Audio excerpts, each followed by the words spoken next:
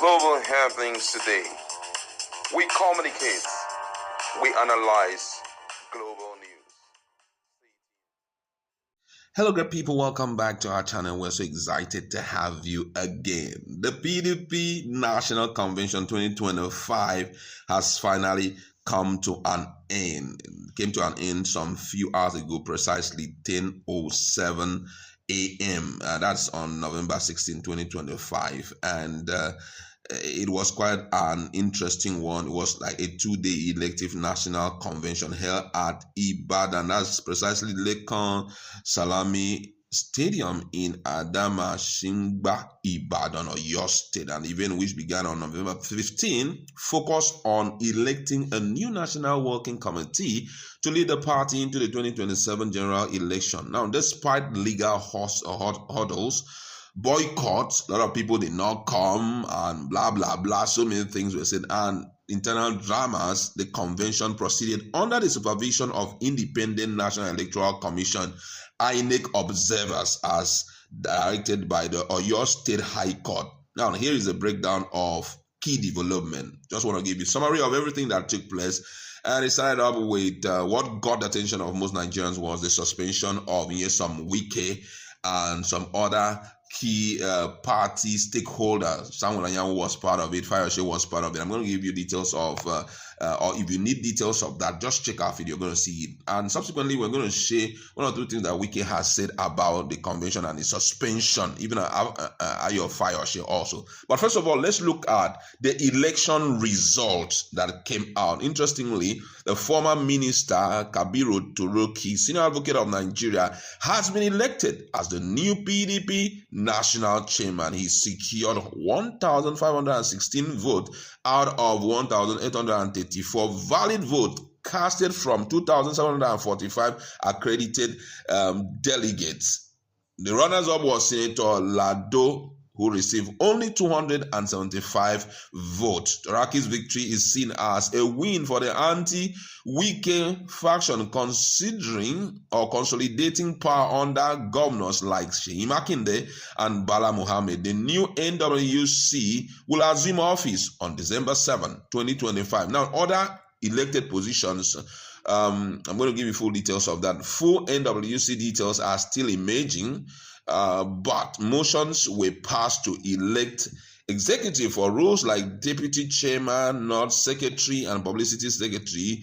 The voting was commenced late on November 15, with result announced earlier this morning. Now, major decisions and actions that were taken: dissolution of state structure. Now, the convention dissolved all PDP structure, ward, local government, and state level in 5 states.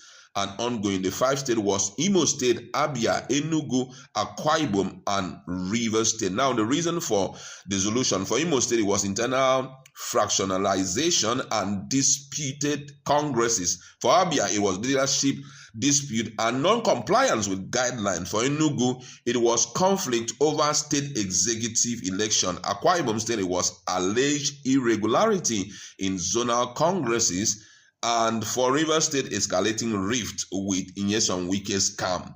Now, this affects hundreds of executives and set the stage for fresh congresses in 2026. So, the decision taken there was everything about PDP state structure in those 6 states were dissolved. So we are looking at 2027, where they will hold fresh congresses.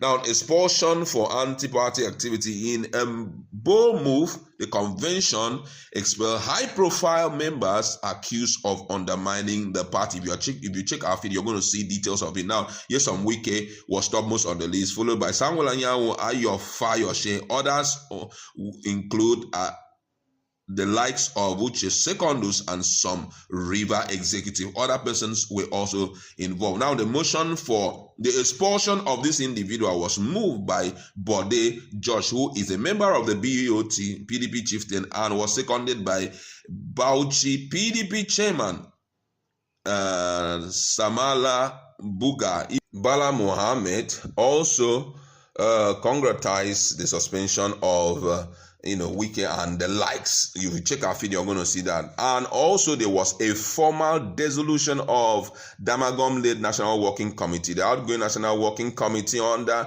Ambassador Umar Damagom was fully dissolved, paving way for the new leadership. But interestingly, there's still a lot to be talked about when it comes to PDP, and the challenges and controversies are becoming big by the day. The first in the list is the fact that there are court battles that they must handle. Now, a federal high court in Abuja had issued a restraining order on November 14, halting the convention over disputes on delegate lists. Oyo State High Court countered this on November 15, ruling. He says that it was actually internal party matters and mandated INEC monitoring, and which they successfully secure at the end of the day. But also about 13 state delegates actually boycotted that national convention, and that raised a lot of eyebrows. Even KB State, where Turaki is from, was not there, and I mean, it leaves so much concern. Most of them seems to have aligned with Wike and Saraki faction, and key absentees there, people well known who were absent. Bukola Saraki was not there. There were other key individuals. Even Jonathan too was not there. Over 3,000 delegates attended, but the absence fueled speculation of a fractured PDP ahead of 2027. Now, INEC involvement was another issue of discourse. Initial announcement referred to observers as INEC official, but Governor Bala Mohammed corrected it to National Election Observer. Some people were calling it INEC official, but Bala Mohammed came out and corrected it and said that they were National Election Observers, that they were there, and that sparked brief confusion. INEC confirmed compliance, ensuring electoral credibility. Now, there were a lot of hypes, and I must say that there were a lot of posters of potential 2027 contenders. One of those big banners we saw there was that of Sheyi Makinde, Goodluck Jonathan, and Bala Mohammed ticket was also seen there. And what shocked a lot of people was the fact that, I mean, it was different when it comes to the issue of security, because I watched the video and you will see bevy of security. The heavily fortified policemen were there. We saw DSS, all of them were there. So when they say the stuff is not recognized, I don't know what that actually means, but from all indication, it was kind of recognized. INEC even went for the accreditation. About 2,745 delegates voted with processes deemed free, fair, and compliant by observers. Though those announcements were actually given by Bala Mohammed. Now, most Nigerians are talking about the implication of this, the decisions that were made in 2020, the national conventions and all of that.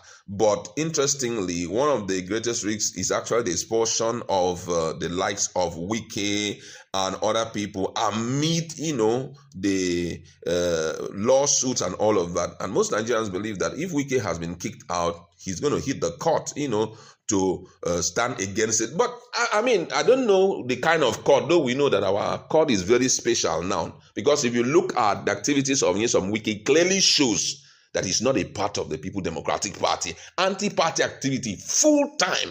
For you to show your support for the current government, and you are even speaking out that you will work assiduously to ensure that APC comes into power come 2027. That's a clear display of your disregard for the constitution of the People Democratic Party as it has to do with anti-party activity. So though a lot of people say it will spring up a lot of issues, but I think it wouldn't be so much to handle, especially for the likes of the new government that is coming on board. My colleagues in the House, that was just a summary of what happened yesterday.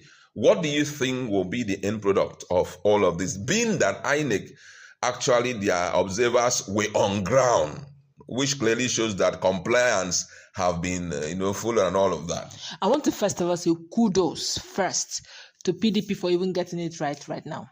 Now, if you check what has been playing out for the past 9 hours, You would agree with me that the true saboteurs did not see this coming. Now, Exactly. I've observed in Nigeria that whatever tarries for too long is not rocket science. We just have betrayals in key places that ensure that the right things don't happen.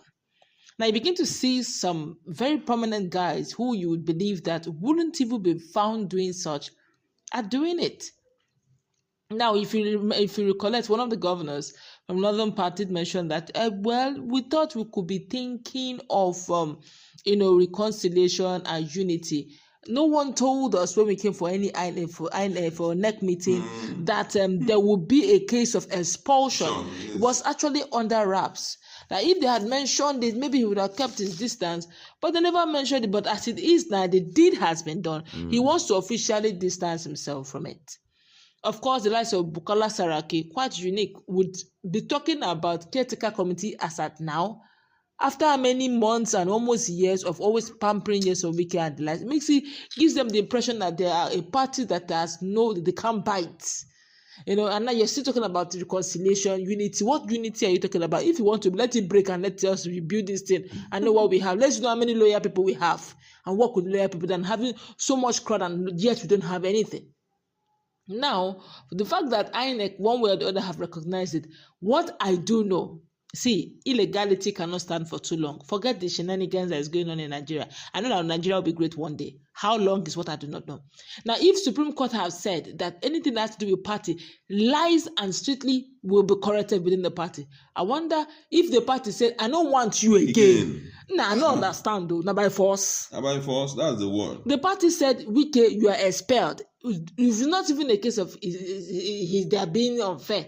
The rules of the game remains. Anti-party activities can lead to suspension and expulsion. Simple. And he has committed it time and time again. And he's not ready to change. And if he's not ready to change, and they're now saying change, he said it with his full chest. He will grant media parley and he will say it with his full chest. And then I expect him and I say, you go to court. Go to court that what happened?